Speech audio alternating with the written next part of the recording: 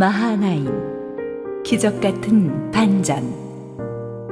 창세기 32장 1절에서 12절, 사무엘하 17장 24절에서 26절, 18장 6절에서 8절 말씀입니다. 야곱이 길을 가는데 하나님의 사자들이 그를 만난지라. 야곱이 그들을 볼 때에 이르기를, 이는 하나님의 군대라 하고 그 땅 이름을 마하나임이라 하였더라. 야곱이 셀 땅 에돔 들에 있는 형 에서에게로 자기보다 앞서 사자들을 보내며 그들에게 명령하여 이르되, 너희는 내 주 에서에게 이같이 말하라. 주의 종 야곱이 이같이 말하기를, 내가 라반과 함께 거류하며 지금까지 머물러 있었사오며 내게 소와 나귀와 양떼와 노비가 있으므로 사람을 보내어 내 주께 알리고 내 주께 은혜 받기를 원하나이다 하라 하였더니, 사자들이 야곱에게 돌아와 이르되, 우리가 주인의 형 에서에게 이른즉 그가 400명을 거느리고 주인을 만나려고 오더이다.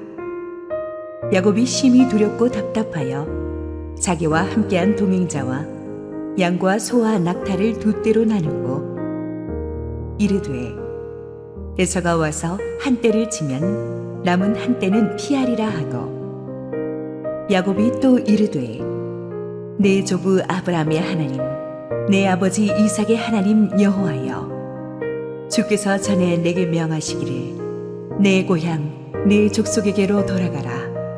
내가 내게 은혜를 베풀리라 하셨나이다. 나는 주께서 주의 종에게 베푸신 모든 은총과 모든 진실하심을 조금도 감당할 수 없사오나, 내가 내 지팡이만 가지고 이 요단을 건넜더니 지금은 두 때나 이루었나이다. 내가 주께 간구하오니 내 형의 손에서 에서의 손에서 나를 건져내시옵소서. 내가 그를 두려워함은 그가 와서 나와 내 처자들을 칠까 겁이 나기 때문이니이다. 주께서 말씀하시기를, 내가 반드시 내게 은혜를 베풀어 내 씨로 바다에 쓸 수 없는 모래와 같이 많게 하리라 하셨나이다. 이에 다윗은 마하나임에 이르고 압살롬은 모든 이스라엘 사람과 함께 요단을 건너니라. 압살롬이 아마사로 요압을 대신하여 군 지휘관으로 삼으니라. 아마사는 이스라엘 사람 이드라라 하는 자의 아들이라. 이드라가 나하스의 딸 아비갈과 동침하여 그를 낳았으며, 아비갈은 요압의 어머니 스루야의 동생이더라. 이에 이스라엘 무리와 압살롬이 길르앗 땅에 진친이라. 이에 백성이 이스라엘을 치러 들러 나가서 에브라임 수풀에서 싸우더니, 거기서 이스라엘 백성이 다윗의 부하들에게 패하매 그날 그곳에서 전사자가 많아 2만 명에 이르렀고, 그 땅에서 사면으로 퍼져 싸웠으므로 그날의 수풀에서 죽은 자가 칼에 죽은 자보다 많았더라. 할렐루야. 우리 하나님께 감사와 영광의 박수 올려드리겠습니다. 우리 축복된 주일, 우리 성소를 찾아주신 모든 성도님들과 실시간 온라인 생방송으로 함께하고 계신 국내 모든 성도님들에게 주의 은혜와 축복이 넘치도록 임하기를 축원합니다. 오늘 또 제가 굉장히 좋아하는 찬양입니다. 스티브 그린의 심포니 오브 프레이즈. 우리 박종호 씨가 불러서 굉장히 유명해진 찬양인데, 우리 위정민 지휘자의 지휘에 맞춰서 우리 김보경 자매님 반주해 주시고, 정말 한번 듣기 아까운 엄청난 찬양이죠. 찬양의 심포니, 우리 이부성가대 한번 찬 격려의 박수 한번 부탁합니다. 우리 김소리 목사님은 참 예민한 이슈도 아주 유머스럽게 광고를 잘하는 은사가 있는 것 같아요. 새벽 기도가 요즘 뭐 전에 없는 뜨거운 열기로 여러분이 많이 오고 계시는데, 안 그래도 주차가 불편한데 우리가 앞으로 한 8일 정도를 더 불편한 상황을 견뎌야 되는데, 무엇보다도 우리 순장 재직분들이 많이 이렇게 희생을 해주고 계십니다. 또 잘 견디면 은혜가 더 충만해질 줄로 믿습니다. 우리 함께 또 기도하시고 말씀 보겠습니다. 사랑의 아버지 은혜를 감사합니다. 세상은 걷잡을 수가 없이 혼란스럽고 불안하지만 하나님의 은혜의 날개 밑에서 예배하는 우리에게 오늘도 주님이 크신 축복 주실 줄 믿습니다. 부족하기 짝이 없는 종을 완전히 감추시고 우리 주님 홀로 영광 받으시옵소서. 예수님 이름으로 기도했습니다. 아멘. 저는 모든 종류의 스포츠를 대부분 다 좋아하는 편인데요. 스포츠 경기의 백미는 역시 반전 드라마입니다. 객관적인 전력에서 절대 열세로 여겨지던 언더독 팀이 모두의 예상을 뒤엎고 내노라 하는 강팀들을 차례로 격침해 나갈 때 팬들은 이런 반전 드라마에 충격을 받고 열광하죠. 제 기억 속에 있는 가장 놀라운 반전 드라마 중에 하나는 2018년 러시아 월드컵의 준우승을 이뤄냈던 크로아티아 팀의 기적이었습니다. 크로아티아는 인구라고는 겨우 400만이 조금 넘는 발칸반도의 아주 작은 나라입니다. 이 크로아티아가 16강부터 아르헨티나, 덴마크, 러시아, 잉글랜드 같은 쟁쟁한 우승 후보들을 하나씩 격파했습니다. 처음에는 그냥 소발의 주작기라고 여겼던 사람들도 이 크로아티아가 마지막 결승에 가서는 이 세계 최강 프랑스에게 아깝게 4대2로 석패하긴 했지만 이 크로아티아가 세계적인 강호들을 상대로 매 경기마다 보여준 놀라운 투혼에 깊은 인상을 받았습니다. 이 16강, 8강, 4강전이 전부 다 크로아티아가 연장까지 가는 120분의 혈투를 치렀는데 매 경기 끝까지 포기하지 않았습니다. 부상당하고 피로가 누적된 선수들도 감독에게 제발 자기를 빼주지 말아달라고 할 정도로 무서운 투혼을 보였습니다. 크로아티아의 정신력은 아이러니컬하게도 전쟁의 상처에서 비롯되었습니다. 1991년 우리가 아는 그 유고 내전을 통해서 크로아티아의 대부분의 선수들은 배고프고 힘든 난민 소년 시절을 보냈습니다. 전쟁이 우리를 강하게 만들었고 우린 결코 쉽게 깨지지 않는다고 크로아티아 선수들은 말할 정도였습니다. 그런 크로아티아 선수들 가운데서도 우승의 핵심은 바로 루카 모드리치라고 하는 제가 굉장히 좋아하는 선수입니다. 세계적인 미드필더입니다. 이 모드리치는 특이할 만한 것이 체구가 굉장히 왜소합니다. 메시도 키가 작지만 이 모드리치도 키가 172, 몸무게 66kg밖에 되지 않는 깡마른 체격의 소년입니다. 소년 같았습니다.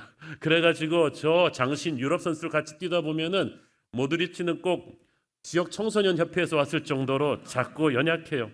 왜냐하면 어렸을 때 할아버지가 전쟁에서 죽고 친척을 잃고 집이 다 불타버렸기 때문에 가족과 함께 난민 생활을 하면서 커가지고 잘 못 먹어가지고 한참 자랄 때 잘 못 먹어서 비쩍 말랐습니다.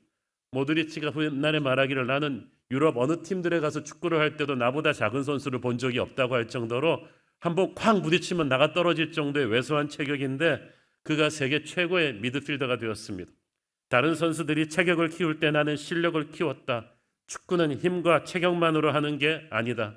전쟁에서 살아남은 것처럼 그는 그라운드에서도 끈질겼고 집채만한 상대 선수의 덩치에도 굴하지 않고 오히려 스크럼을 뚫고 나가는 창의적인 플레이를 자기를 훈련시켰습니다. 그래서 사람들은 그를 발칸반도의 요한 크루이프라고 불렀고 중원의 마술사라고 불렀습니다.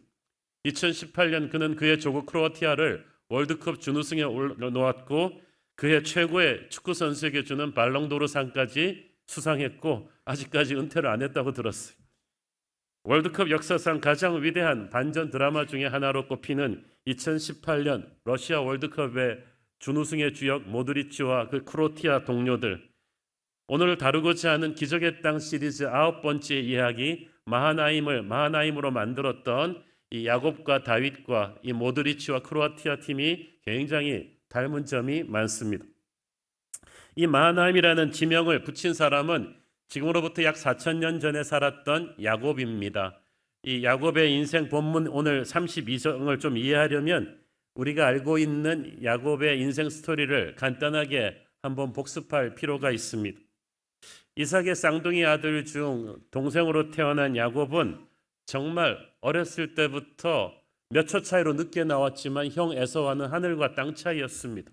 형 에서는 온몸에 털이 나고 기골이 장대하고 딱 청소년 시절부터 식스팩이 새겨진 누구와 싸움에도 지지 않는 헤라클레스 같은 영웅 호걸이었습니다. 그래서 그의 옆에는 수많은 영웅들이 모여서 부하가 되었습니다. 남자답고 시원시원하고 뛰어난 사냥꾼인 그를 보고 모두가 저 사람이야말로 우리 부족을 이끌 리더라고 칭찬했습니다. 한마디로 요즘으로 치면 인류대 출신의 세상적인 스펙과 인맥이 아주 막강한 인물이 에서였습니다.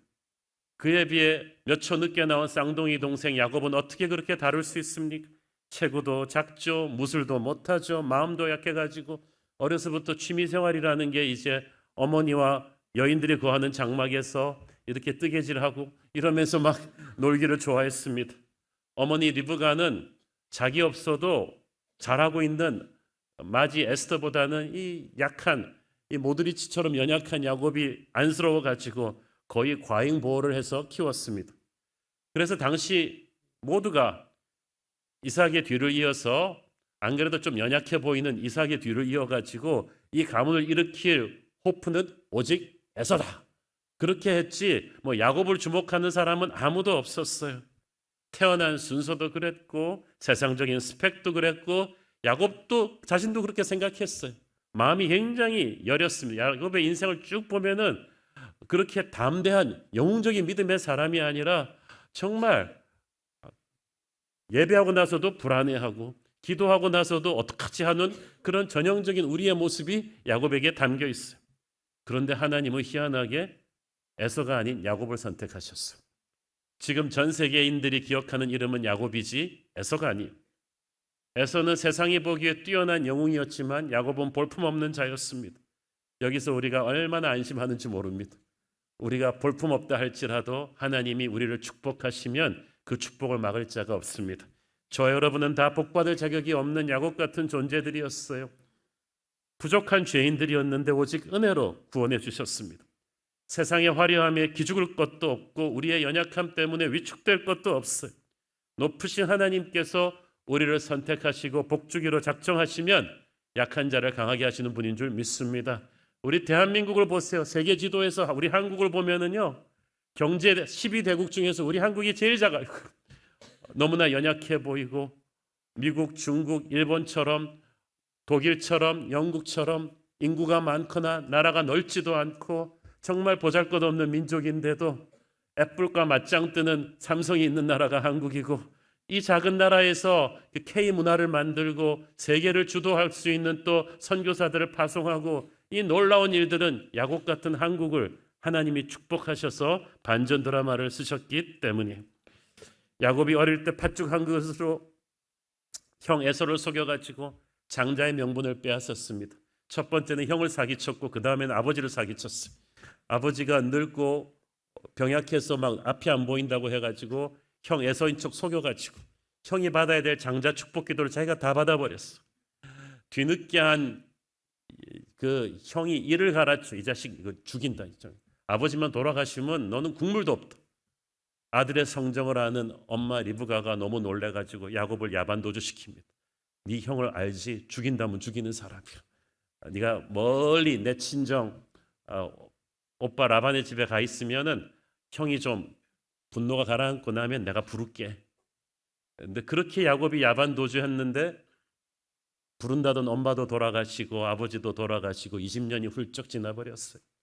그래도 야곱은 또 그 외삼촌 라반의 집에서 자기보다 더한 사기꾼 라반이랑 엎치락 뒤치락 하다가 또 하나님의 은혜로 결혼도 하고 자식도 일구고 또 사기꾼을 또 등쳐가지고 또 돈도 벌고 그래가지고 하나님의 은혜로 정말 기적같이 한 일가를 이루었어요. 그런데 이제 라반이 견디다 못해서 이제 야곱을 막 밀어내고 쫓아내고 죽이려고 하니까 라반의 집도 떠나서 이제 고향으로 돌아오는데 20년이 지났지만 형 에서를 어떻게 됐는지 지금 종잡을 길이 없어요. 형이 아직도 자기를 미워하고 있다면 이제 큰일이에요. 자기 혼자 아니잖아요. 처자식이 있고 거느리는 종들이 있는데 다 전멸할 수도 있는 상황. 형 에서는 자기가 결코 해결할 수가 없는 과거로부터 오는 트라우마예요. 여러분에게 그런 두려움이 있습니까? 과거로부터 오는 트라우마, 그러나 언젠가는 직면해야 되는 그 트라우마를 앞에 놓고 야곱은 돌아오면서도 모든 걸 다 가졌는데 돈도 있고 가족도 있고 다 있는데 중년의 야곱은 불안했어요. 그 시점에 그는 마하나임의 기적을 체험합니다. 오늘의 본문 1절 2절 봅니다. 야곱이 길을 가는데 하나님의 사자들이 그를 만난지라. 야곱이 그들을 볼 때 이르기를 이는 하나님의 군대라 하고 그 땅 이름을 마하나임이라 하였더라. 여기서 하나님의 군대라는 말을 그 영어 성경에 보니까 angels of God, 하나님의 사자들, 하나님의 천사들이라고 표현을 합니다. 그런데 군대라는 말로 번역한 것으로 봐서 큰 복수형이에요. 어마어마한 무리의 천사들을 보았다는 거죠. 야곱은 보는 순간 얼마나 안심이 되었는지 몰라요. 지금 야곱이 두려워하는 것은 형의 물리적인 힘, 형이 거느린 그 용사들의 힘 때문이었는데 훨씬 더 많은 하나님의 군대가 자기를 앞뒤로, 이 마하나임이라는 뜻이 하나님의 큰 무리 두 진영 앞뒤로 포진한 어마어마한 대군을 가거든요. 그러니까 야곱이 감동을 받았어요. 중요한 것은 하나님께서 야곱을 지키는 하나님의 군대를 여기서 보여주었다는 사실이 중요합니다. 어저께까지 그 땅 이름이 누군지 아무도 몰라요. 지금부터 중요한데 여러분의 인생에 어떤 중요한 마하나임의 지점이 있습니다. 큰 위기였는데 하나님의 특별한 보호하심을 본 거예요. 여기서 아직 상황이 해결된 건 아닌데 예언적인 메시지죠. 앞으로 에서가 너를 치지 못할 거라는 그 예언적인 메시지를 하나님의 천사들을 통해서 보여줍니다. 저는 여러분이 인생의 위기에서 하나님의 천사를 예언적인 메시지로 미리 볼 수 있기를 바랍니다. 내가 도저히 싸워 이길 수 없는 상대와 마주했을 때 하나님의 천사를 봅니다. 문제가 없어지는 건 아닌데 문제보다 더 큰 하나님의 은혜가 부어진 거죠.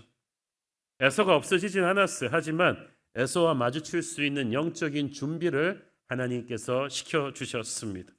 중요한 거는 야곱과 동행한 무리들이 많았는데 이 마하나임의 하나님의 군대를 본 건 야곱뿐이에요. 왜 그렇겠어요? 영의 눈을 가진 사람이 야곱뿐이니까. 영의 눈을 가진 사람만이 영적인 존재를 봐요. 육의 눈을 가진 사람은 눈에 보이는 것들만 봅니다. 그런데 영의 눈을 가진 사람들만이 성령의 세계를 보는 거죠. 세상의 눈을 가진 사람들은 그래서 육의 눈만 가지고 이 시대를 보고 뉴스를 보니까 막 답답하고 불안하죠. 그런데 기도하는 사람이 영의 눈을 가지고 영적인 존재를 봅니다. 야곱이 이런 영의 눈을 어디서 가졌겠어요? 그동안 쌓아온 영적인 경험에서 온 거죠. 야곱은 지금 두 번째 천사를 보는 거예요. 그 옛날 형 에서의 분노를 피해 도망가던 그 시절에 광야에서 하나님이 하늘문을 여시고 사닥다리를 놓고 왔다 갔다 하는 천사들을 보내주셨잖아요. 그 땅 이름을 야곱이 하나님을 보았다 그래서 베델이라고 붙였죠. 그 기억이 20년 만에 다시 돌아왔어요. 여러분이 언제 성령 체험을 했든지 간에 그 기억은 여러분 안에 있어요. 인생의 위기 앞에 다시 엎드릴 때 성령께서 다시 임재하시면 여러분 딱 알 거예요. 야곱을 지키라고 보내주신 하나님의 천사들이 이제 다시 한번 이제는 꿈에서가 아니라 현실에서도 그에게 보여준 거죠. 하나님께서는 여러분의 인생의 극한 위기 앞에 꼭 나타나셔서 하나님의 천사들을 보여주십니다. 시편 34편 7절 말씀. 여호와의 천사가 주를 경외하는 자를 둘러 진치고 그들을 건지시는도다. 아무나 지켜주는 게 아니라 하나님을 경외하는 자에게, 기도하는 자에게, 하나님을 예배하는 자에게 하나님의 천사가 지켜주신다. 우리는 우리 스스로를 우리 힘으로 지키려고 하니까 너무나 불안해요. 그리고 지킬 수도 없어요. 여러분의 건강, 여러분의 힘으로 지킬 수 있나요? 멀쩡하던 사람도 쓰러지는데 우리의 돈, 여러분 지킬 수 있나요? 금융위기 한번 오면 완전히 은행에 있던 돈 다 날아가는데 여러분의 명예, 멀리 유학 보낸, 군대 보낸 여러분의 자녀, 여러분이 힘으로 지킬 수 있어요? 못 지킵니다. 우리는 오직 하나님을 경외함으로 하나님의 천사가 우리를 지켜주실 것을 믿어야 합니다. 어릴 때부터 돌아보면 지금까지 저도 참 크고 작은 많은 위기가 있었지만 하나님께서 눈동자처럼 지켜주시는 일들을 많이 체험했습니다. 은혜로 살아난 순간이 한두 번이 아니에요. 정말 하나님의 천사가 나를 둘러싸고 보호해주는 듯한 느낌을 여러 번 받았는데 천사는 하나님께서 그래서 우리 옆에 붙여주셨습니다. 저는 항상 이 교회를 하나님의 천군 천사가 둘러서 지키고 있는 것을 느낍니다. 왜 느끼냐면 영적인 공격이 있을 때마다 있는 줄도 몰랐던 하나님의 군대가 이 어둠의 권세를 물리치시고 교회를 다시 지켜주는 것을 느끼거든요. 우리나라를, 이 작은 한반도를 중동 이상으로 그 전쟁이 터질 수 있는 이 나라를 하나님이 지금까지 지켜오셨어요. 기적같이 지켜오셨어요. 그래서 저 수많은 북한의 도발에도 불구하고 이 땅의 정치인들이 이렇게 싸우고 민생을 안 돌보면서 이렇게 어지러운데도 하나님께서 이 나라를 꽉 붙들고 계신 거죠. 그러므로 우리는 새벽에 기도할 때마다 주여 낮의 해와 밤의 달도 상치 못하는 하나님의 도우심으로 우리를 지켜주시옵소서, 이렇게 기도해야 될 줄로 믿습니다. 야곱이 마음이 강한 사람이 아니에요. 이런 마하나임의 군대를 봐놓고도 이 7절부터 쭉 보니까 또 불안해가지고 현실에 돌아와서 불안해서 막 자기 무리를 나누고 하나님한테 막 간절히 눈물 콧물 다 빼며 기도합니다. 근데 그게 우리예요. 우리가 실컷 성령 체험해놓고 은혜 받아놓고도 불안해서 또 하나님 앞에 우는 소리하고 그래도 괜찮아요. 야곱처럼 하나님 앞에 절실하게 엎드려 있으면 야곱이 신실해서가 아니라 하나님의 약속대로 마하나임의 기적은 일어납니다. 실제로 에서는 야곱을 건드리지 못하고 하나님께서 지켜주셨죠. 마하나임의 두 번째 전설을 쓴 사람은 다윗입니다. 이때로부터 근 1000년 뒤에 야곱의 후손에서 태어난 다윗은 지금 최악의 위기를 맞고 있었습니다. 다윗은 이스라엘 역사상 가장 위대한 왕으로 꼽히는 인물인데 어렸을 때부터 사울 왕의 무서운 견제를 받고 광야 생활을 했죠. 10여 년의 광야 생활 끝에 통일 왕국의 왕이 되었고 이제 빛나는 역사를 쓸 일만 남았는데 그만 마귀의 시험을 받아서 치명적인 죄를 저지르지 않습니까? 부하의 아내와 간음하고 그걸 은폐하기 위해 부하까지 죽였다가 하나님의 심판이 다윗의 자식들에게 떨어지죠. 자식들끼리 서로 싸우고 죽이는 모습을 다윗이 지켜보아야만 했는데 그리고 마침내 나이 60에 가장 다윗을 닮았을 것 같은 영웅의 기상을 가진 아들 압살롬이 반역을 일으킵니다. 보통 반역이 아니었어요. 4년간의 정지 작업 끝에 치밀하게 준비된 반역이었어요. 압살롬은 이스라엘 12지파의 민심을 휘어잡았어요.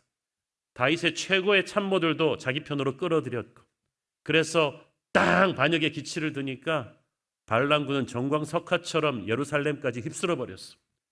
다윗은 수백 명의 수하만 거느리고 간신히 목숨을 부지해서 예루살렘을 탈출했는데 이 못된 아들 압살롬은 그걸로 만족하지 않고 요단강을 건너까지 아버지를 추격해 왔어요. 다윗의 명줄을 끊겠다는 무서운 추격이었습니다. 얼마나 다윗이 힘들었겠어요. 그런데 그때 모두가 다윗의 왕국은 이제 끝났다고 생각했던 그때 다윗의 기적 같은 반전이 일어난 것이 마하나임이에요. 이 마하나임은 야곱 이래로 군사 요새처럼 단단한 땅이 되어가지고 사울의 잔당들도 여기서 2년을 버텼어요. 근데 아이러니컬하게도 그곳을 다윗이 거점으로 삼고 추격해오는 압살롬의 군대의 마지막 일전을 치릅니다. 다윗은 도망쳐오면서 수백 명, 그 뒤로 합류한 패잔병들까지 다 합쳐가지고 4,000명도 안 되는 병력인데 압살롬은 학자들의 추정에 의하면 그 한 10배는 되는 어마어마한 몇만 대군으로 압박해왔다고 전합니다. 그래서 12지파의 민심도 다 가지고 가버렸죠. 그리고 승기를 잡았죠. 군대 수도 훨씬 많죠.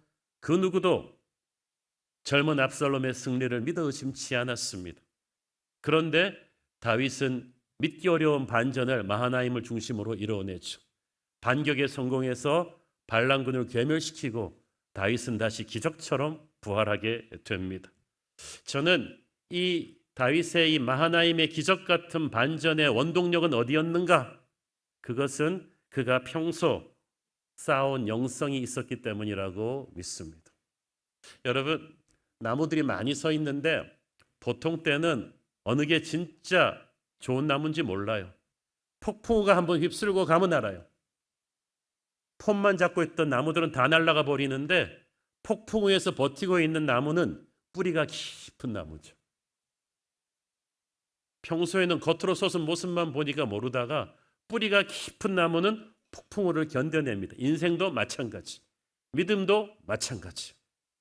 평소에 믿음 좋은 척하는 사람들 코로나 폭풍 한번 쓸고 가면 누가 남아 있습니까? 인생의 위기가 한번 쓸고 나면 교회에 어려움이 오고 그런 게 왔을 때 변함없는 믿음으로 남아있는 사람은 평소에 뿌리 깊은 영성을 가지고 있던 사람이었어요. 하루아침에 되는 게 아닙니다. 그래서 속사람이 중요한 거예요. 다윗이 마하나임의 반전을 이루어낼 수 있었던 것은 그가 평생 하나님 안에 깊이 뿌리 내린 영성을 가진 사람이었기 때문이에요.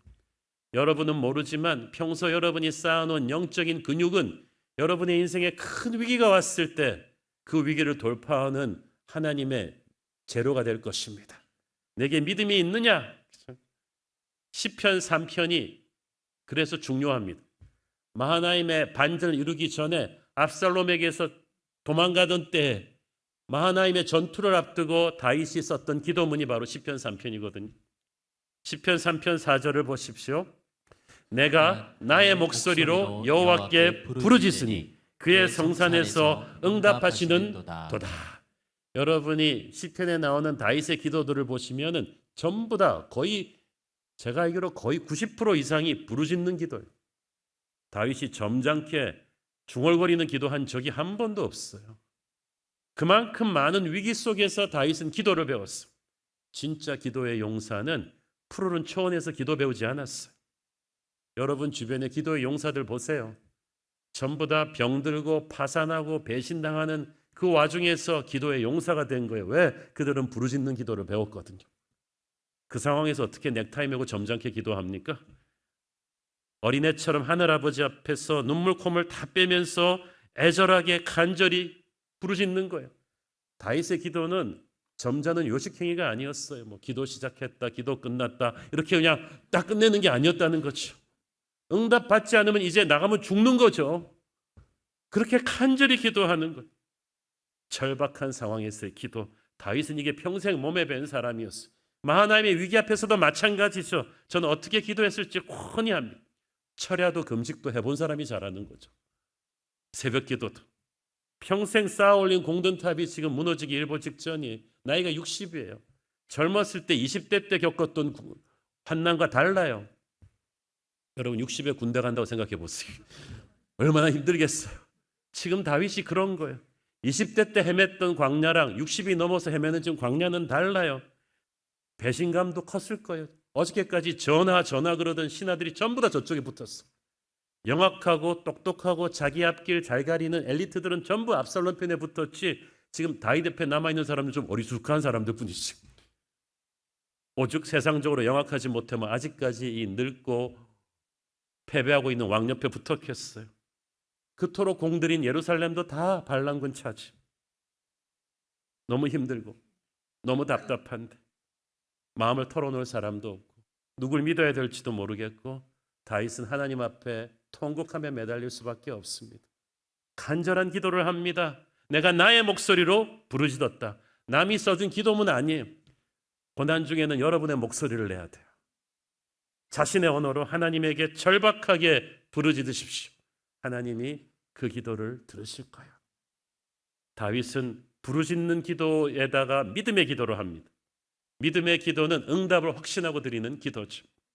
방금 읽은 히브리서 시편 3편 4절 말씀은 히브리 동사 시제가 현재 진행형으로 번역되어 있어요.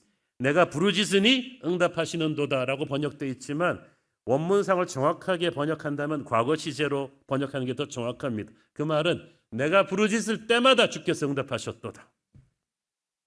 나는 경험이 있다. 이 위기가 힘들긴 하지만 나는 지금까지도 부르짖어서 응답받고 살아남았다. 이게 확신이 있는 거예요. 그러므로 지금도 응답받고 살 것이다. 믿음은 바라는 것들의 실상이요 보지 못하는 것들의 증거다. 지금 인간의 눈으로는 응답받을 증거 조짐이 아무것도 안 보이는데 운명이 바람 앞에 등불인데 당장 내일 어디로 갈지 알 수가 없는데 다윗은 하나님의 도우심을 의심하지 않습니다. 우리도 그렇게 믿어야 됩니다. 믿음 없이 기도하면 안 됩니다. 우리가 왜 기도할 때 아멘 아멘 해요? 반드시 그렇게 될 것을 믿는다는 뜻 아니에요? 진짜 믿음은 바랄 수 없는 데서 바라는 거죠. 이런 믿음이 하나님을 기쁘시게 합니다. 하나님을 기쁘시게 하면 게임 끝이에요. 다 몰려있던 경기가 뒤집히는 순간입니다. 마하나임의 기적은 다윗의 이 눈물의 기도, 믿음의 기도의 자리에서 비롯된 거죠. 여러분이 새벽 기도 시간에 눈물로 부르짖는 그 기도의 자리가 여러분 인생의 기적의 반전의 스타트가 될 것입니다. 시편 3편 8절을 보십시오. 결론은 그거예요. 구원은 여호와께 있사오니 주의 복을 주의 백성에게 내리소서.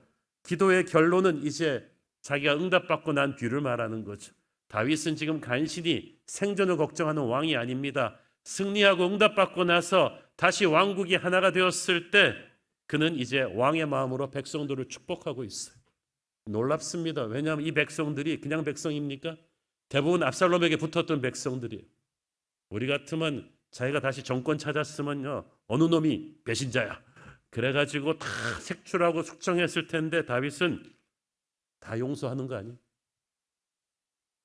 여러분이 상처를 준 자들을 용서하고 기회주의자같이 여러분을 배신한 사람들까지 다 품고 예수님의 마음으로 될 때 하나님께서는 여러분을 진정한 생존자가 아닌 역사의 주인공으로 세우실 줄 믿습니다. 이렇게 영적으로 준비된 사람 다윗을 어찌 축복하지 않으시겠습니까? 영의 눈으로 보는 사람들은 이미 압살롬이 도저히 다윗을 이길 수 없다는 것을 이때 알았을 것입니다. 이 마하나임의 반전 드라마를 썼던 두 사람, 야곱과 다윗의 공통점, 닮은 점이 많아요. 저는 이번 주 설교 준비하면서 한 번도 그동안 생각해 보지 않았던 야곱과 다윗이 뭐가 닮았나.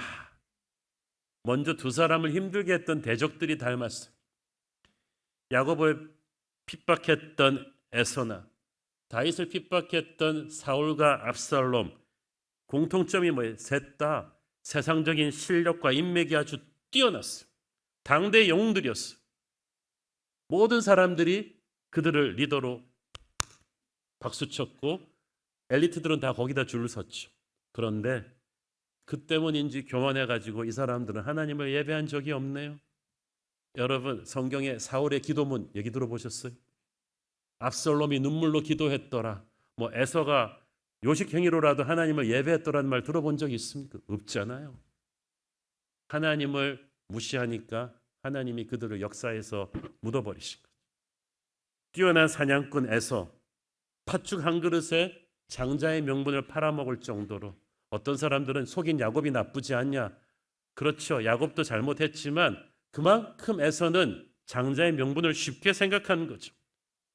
자신의 힘과 용맹한 부하들을 믿고 세상적인 아성을 너무 단단히 구축했기 때문이에요. 세상적인 실력을 쌓는 게 나쁘다는 게 아니라 그것만에 도취돼 가지고 간절히 하나님을 예배하지 않는 그 오만함이 나쁘다는 거죠. 결혼도 믿지 않는 이방 여자들 부모님 허락도 안 받고 톡톡 해버리는 게 에서 아니에요? 그렇게 간절히 하나님을 예배한 적이 없으니까 당연히 에서는 성령 체험 못하죠. 하나님의 천사를 본 적이 없어요. 자기 군대가 너무 많고 자기 군대에 도취되어 있으니까 어찌 하나님의 군대를 보겠습니까? 압살롬도 마찬가지죠. 인물도 잘생겼죠. 카리스마 있죠. 젊은 나이 때부터 외모만으로 사람들이 쫙 모였어요. 반란 초기부터 4년간의 정지 작업 끝에 수많은 민심을 등에 업었기 때문에 한 번도 제대로 된 전투를 하지 않고도 예루살렘을 툭 차지해버렸어. 승승장구하는 인생. 이제 압도적인 병력으로 아버지를 추격하는 압살롬은 정말 자신감이 충만했어. 기도할 필요가 없죠. 하나님에게 간절히 지혜를 구하지 않았어. 그런데 그 교만함과 안일함이 멸망의 단초가 되었습니다.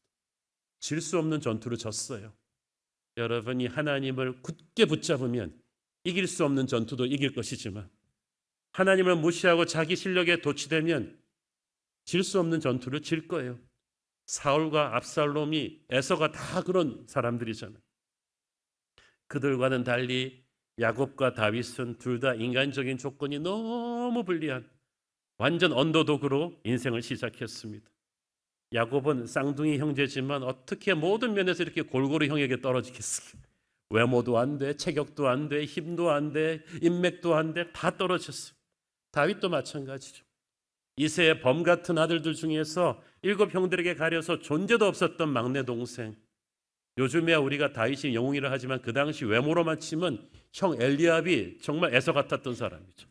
사무엘도 깜빡 속아가지고 이 사람인가 봐요 할 정도였어요. 그래서 그 당시 여러분이 타임머신 타고 돌아가서 야곱이나 다윗의 이웃들을 다 인터뷰해 보세요. 그 누구도 야곱 다윗이 하나님이 쓸 사람이라고 말하는 사람은 한 명도 없었을 거예요. 그 점은 우리에게 무슨 은혜를 줍니까? 여러분의 시작점은 그렇게 중요하지 않아요. 우리가 인생을 시작할 때 참 남보다 몇 걸음 뒤에서 시작하는 경우가 있어요. 우리 부모가 가난했다든지 공부를 그래서 많이 못했다든지 남보다 몇 걸음 뒤에서 시작하지만 시작점이 중요한 게 아니에요. 하나님이 여러분의 인생을 어디까지 데려가서 끝내실 것인가 하는 결승점이 중요하죠. 그래서 마지막에 웃는 자가 승자라는 거죠. 시작할 때는 에서가 웃었고 사울이 웃었고 압살롬이 웃었어. 끝낼 때는 야곱이 웃고 다윗이 웃는 거야. 할렐루야. 그러므로 여러분의 시작점이 초라하다고 해서 지금 세상 사람들이 여러분을 무시하고 상대만 보고 우승 후보라고 환호한다고 해도 아무 신경 쓰지 마세요. 마지막 피니시 라인에 누가 먼저 들어가는가 그건 하나님이 아시는 거죠. 야곱과 다윗은 그렇게 인간적인 조건이 절대 불리했기 때문에 모든 것이 떨어지는 것만큼 하나님을 간절히 붙잡았던 사람이죠. 그것이 그들의 열정을 만든 거죠. 예배의 열정은 막 소리 높인다고 나오는 게 아니라 절박감이 나오는 거죠. 절박감은 겸손하니까 가난하니까 나오는 거죠. 옵션이 없어요. 하나님밖에는. 야곱이 형 에서를 팥죽 한 그릇으로 속인 것은 나빴지만 방법은 나빴지만 야곱은 그만큼 이 장자의 명분을 소중하게 생각했다는 거죠. 에서는 그만큼 이걸 가볍게 생각했다는 거죠. 장자의 명분은 돈이 아니라 영적인 축복이거든요. 성령의 기름 부으심이거든요. 형 에서는 그게 별로 그렇게 귀하다고 생각하지 않았어요. 그런데 형 에서 같은 학벌도 인맥도 없는 야곱에게는 그것이 모든 것이었어요. 하나님은 자신을 모든 것으로 믿고 붙잡는 그 예배의 간절함을 귀하게 보시는 거죠. 오늘 여러분 야곱의 절박함으로 하나님을 예배하기를 바랍니다. 다윗도 마찬가지죠. 다윗은 왕이라기보다는 예배자로 자기의 정체성을 삼았어요. 왕이라는 신분은 있을 수도 있고 없을 수도 있어요. 장군이라는 신분 있을 수도 있고 없을 수도 있지만 예배자로서 그는 그걸 가장 소중하게 생각했습니다. 그래서 왕이 되고 나서도 그랬잖아요. 주의 전에 문지기로 딱 하루만 있는 것 할지라도 이 왕궁에서 1000년 지내는 것보다 더 낫겠습니다. 나는 예배자입니다. 적당히 예배하는 게 아니에요. One thing that I desire of the Lord. 내가 여호와께 구하는 단 한 가지가 있다면 하나님의 집에 평생 살면서 하나님의 아름다움에 도취하는 것입니다. 세상적인 힘이 많았던 사울이나 압살롬은 결코 그런 예배를 드린 적이 없어요. 그들의 예배는 형식적이었고 간절함이 없고 요식행위로 치러버리는 거죠. 그러니까 객관적인 전력이 절대 우세했는데 다윗을 죽이지 못해요. 죽이려고 그렇게 했었는데 죽이지 못해. 보이지 않는 하나님의 군대가 지키고 있는 사람 어떻게 지킵니까? 여러분이 절박하게 예배하는 한 여러분의 적은 여러분을 죽이지 못합니다. 휘청거릴 수는 있지만 여러분은 다시 일어날 거예요. 지금까지도 그랬듯이. 그러므로 우리는 하나님의 은혜를 최우선 순위로 두고 갈망해야만 합니다. 에서나 압살롬처럼 자기의 세상적인 힘에 도취되면은 자꾸 자기를 믿고 살려고 하지 하나님의 은혜를 갈망하지 않아요. 그러면 하나님의 임재가 떠나게 되고 모든 것을 갖고 있는 것 같은데 비참해지죠. 마지막에 그 한판 승부에서 8회 말까지 승승장구하다가 9회에 역전당해서 지는 마하나임의 패배를 그들은 경험하게 될 것입니다. 야곱처럼 다윗처럼 우리는 자기의 연약함을 알고 결사적으로 하나님의 은혜를 붙든다면 반전의 승리를 체험할 것입니다. 야곱과 다윗은 참 공통점이 많아요. 둘 다 어릴 때 부모로부터 인정받지 못했는데 나중에 자기들이 부모가 돼갖고 또 자식들 때문에 골치를 썩지. 자식들이 서로 막 치고받고 싸우고. 그래서 평생 그들은 참 쉽지 않은 인생을 살았지만 그 광야 같은 폭풍 같은 인생 속에서 그들의 신앙이 공고해졌어요. 그들의 신앙은 화려한 호텔 세미나실에서 학습해서 배운 게 아니라 돌베개 베고 자던 베델의 광야에서 배운 것이고 사울에게 쫓겨다니던 그 광야에서 쓴 시편이에요. 여러분의 신앙은 화려한 세미나실에서 배운 거 아닙니다. 어렸을 때부터 여러분이 죽을 것 같았던 위기 속에서 붙잡았던 하나님, 그때 기도했던 응답들이 쌓여가지고 여기까지 오신 거예요. 그런 다져진 광야의 영성이 있으니까 위기의 순간에 그들은 하나님의 기적을 체험합니다. 이 기적 하루아침에 이루어진 거 아니에요. 평생 쌓아온 야곱의 기도가, 평생 쌓아온 다윗의 기도가 있으니까 결정적인 순간에 하나님이 여러분의 손을 들어주시는 거 아닙니까? 그러니까 여러분 지금 뭐 당장 특세한 응답 안 이루어진다고 불안해하지 마세요. 이렇게 지금 쌓여진 영성이 여러분의 인생의 결정적 승부의 순간에 하나님의 군대를 불러오게 될 것입니다.